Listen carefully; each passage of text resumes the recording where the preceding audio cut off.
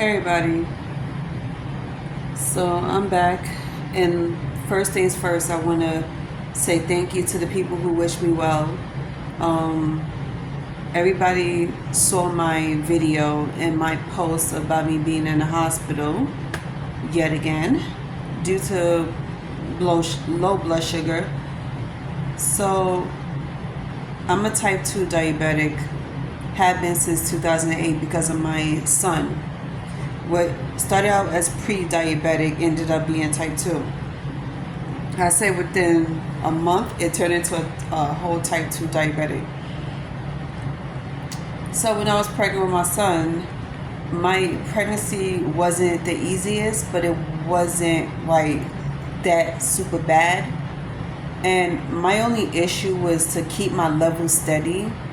I didn't know how to even keep my diabetic level steady. Like, it was just a hot mess because I grew up being, very skinny, healthy. I was a health nut, and I worked out. I was careful with what I was eating, but at the same time, I didn't need to have to worry about what I'm putting in my mouth. So as a 21-year-old, I got away with everything, and I couldn't even imagine my life how it is today. Like, I was like, if you was to tell me all this, I would never have believed you. Back then, I didn't think I was going to be a diabetic in the future. Like, I didn't think I was going to have thyroid issues.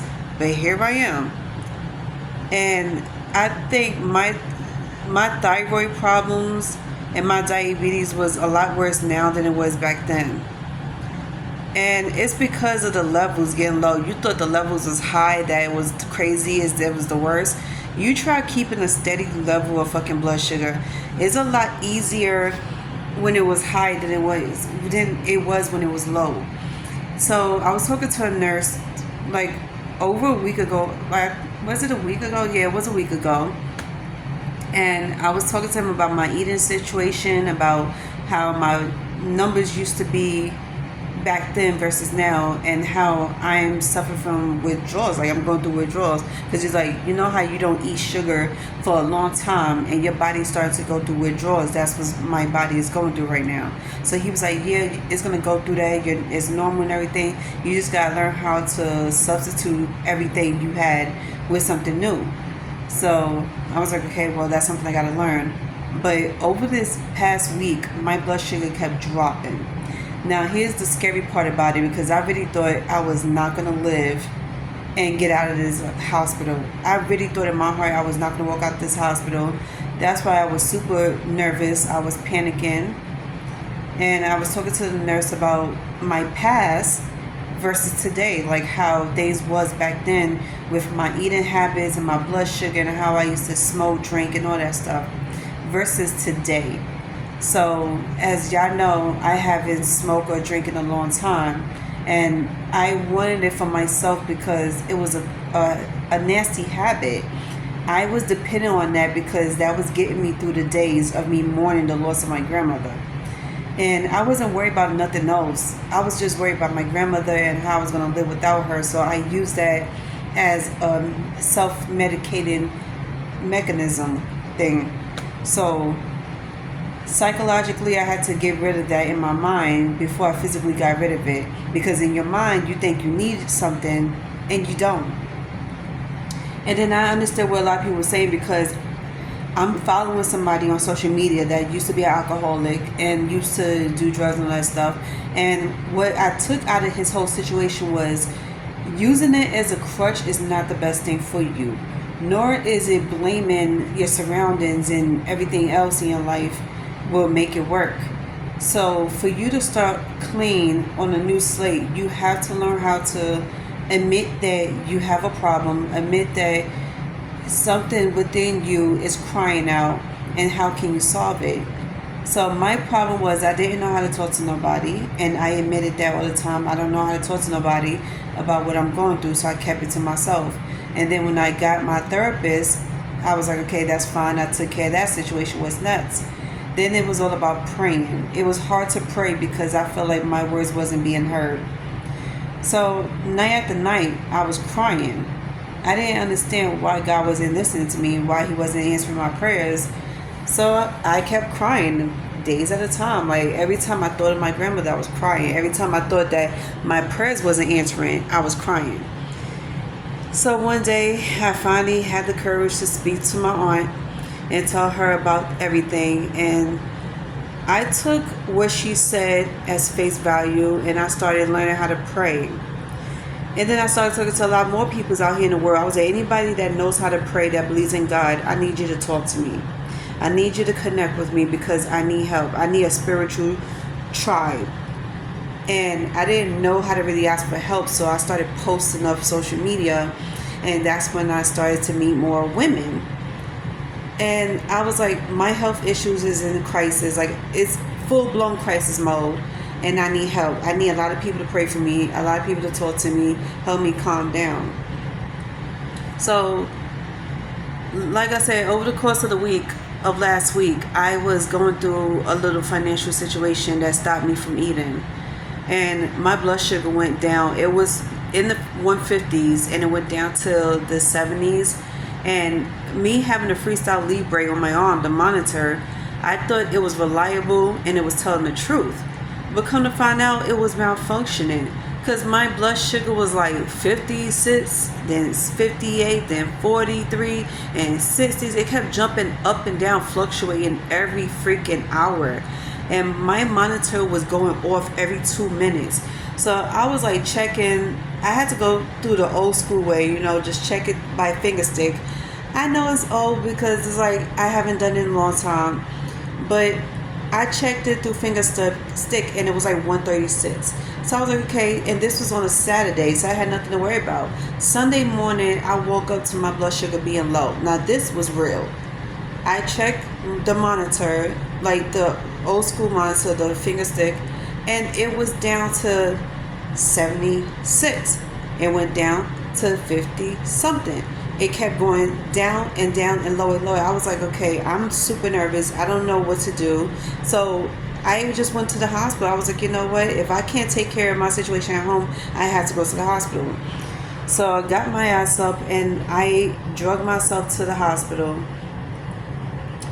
And within 6 hours, I was told that I was going to be admitted into the hospital because they want to see why my blood sugar is so low. So it took them overnight, say close to 24 hours to realize what was going on with me, right? But I still couldn't be let out the hospital. So today's Wednesday.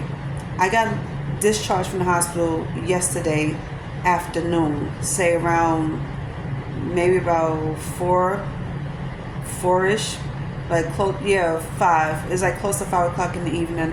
I got discharged. So back on Sunday afternoon, I was nervous out of my mind because I'm like, what you need to keep me for? They was like, your blood sugar, we don't understand what's going on. We check your sugar. We gave you apple juice after apple juice. When I say these people pumped me up with over 10 cups of apple juice. Those little hospital apple juices, y'all know what I'm talking about. So I had 10 of those within 2 days. And my blood sugar still wasn't getting higher. Then they gave me orange juice, and they started giving me something to eat. No matter how much I had to eat or drink, my blood sugar was still low. Then it started going up. It was like as if my blood sugar was playing tricks on me and the doctors. It was going up and down for 2 days straight, Sunday and Monday, up and down, up and down. They still don't understand what's going on. They was like, oh, we have to keep you for observation. If you go home, something might happen and you have no way of contacting nobody. I was like, fine. So I stayed at the hospital. I was there for 4 days straight, and it was the worst 4 days of my life. I was so uncomfortable. I was constantly worried and crying and everything. And I didn't understand why my blood sugar was low. And then they figured it out. 4 days later, they figured it out. All of your medications you're taking is doing more harm than good. It's too strong. So let me tell you all the stuff I was taking for my diabetes. Strictly only diabetes, nothing else. I took 2 different insulins. One is Trulicity, the other one was Basaglar, which is Gloritin now. And Gloritin was at night, and Trulicity was during the daytime, once a week. So every Monday I would take it. And then I take Atos and Glipizide. Those two are pills, and the Glipizide is the strongest out of the two. So imagine taking Trulicity and Glipizide, two of the strongest diabetic medications, and not eating. And then you're faithfully taking it every single week, not eating. So it's like your blood sugar is dropping down. But I have a good reason why I wasn't eating, because I didn't have the money to buy any groceries. I had no food in the house. So I kept drinking water after water. I didn't even have honey or sugar in my house. I have not one single ounce of sugar or honey in my house. Everything in my house is spices. And I'm talking about spices to cook. So to my surprise, I made some broth, right? And I thought the broth was going to work. I was like, please let it work. It worked a little bit. It kept my blood sugar high up. So I made my own homemade broth, and it lasted for like 4 days. And this was last week. This wasn't this week. So it was like Wednesday, Thursday, Friday, and Saturday. I was just drinking broth. And my blood sugar went super low by 7 o'clock Sunday morning. I didn't know what else to do. Like I say, I was running out of options, and I was scared for my life. And Monday afternoon, my blood sugar went down to 43 after it was 89. The nurse was like, good Lord, I got to get you something. So 2 nurses came to me, and they started pumping me up with sugar, meaning apple juice and orange juice, and they put some type of pill in it to make your blood sugar go up. And it went up. It went to 151. And then it dropped down. So I'm like, what the fuck? So, long story short, we didn't know what else to do. So they called the diabetes doctor. The doctor, the diabetic educator, and the doctor. So they both came out to see me. It was a guy and a girl, and they was talking to me about different medications I should take or substitute it. So, they was like, well, you got to get rid of the Glipizide. First of all, it's way too strong. It's bringing your blood sugar down too much. It was working too well, along with the insulin. And then it was like, as far as your eating goes, you have to start eating. And they failed to realize that I didn't have the money to eat. I was like, yo, let me explain to you how my money situation went. And I explained everything to them. So they understood. They kind of felt bad. They was like, oh, well, that explains it. Well, they was like, well, let's try something else out. So we went back and forth talking about it almost for a whole hour. Like, they came back and forth. And we finally got rid of half of the medications I was taking. And I will be sure to tell my doctor this, because they were supposed to tell her this, but she didn't even know. They didn't tell her nothing. So I'm going to let her know. But other than that, I'm feeling a lot better now. They discharged me after my blood sugar went up to 136, I think it was. They was like, everything is fine, you can go home now. So I was like, if I should get back into the same position I was in before, I hope you just know, be ready for me. I was like, just be ready for me, because this happens every end of the month. And they kind of understood, but they was like, well, we got to teach you how to, bring your blood sugar up when you're in this type of position. Because if one doctor's telling me do not take in any honey's not good for you, but somebody else is telling me it's okay, I was like, what am I supposed to do about it? And then it's a matter of drinking juice. Everybody is like giving me different, yes and no answers and stuff, and telling me why. And I was like, you know what? I'm just gonna go with my gut instinct, and it's whatever. But to let everybody know, I'm doing okay now. Like I say, I've been out of the hospital now since yesterday at 5, and I'm doing okay. I checked my blood sugar already today, so it's above 150. It's good, but I want to thank everybody for wishing me well. Like, seriously, thank you. I appreciate the well wishes for people that really cared about me. And it's crazy because some of y'all are strangers, and y'all are the sweetest thing ever to wish me well. Everybody else that didn't say shit to me, you can go fuck yourselves. respectfully, of course. I'll be fine. And it's crazy because even on TikTok, I posted this up like 2 days ago while I was in the hospital.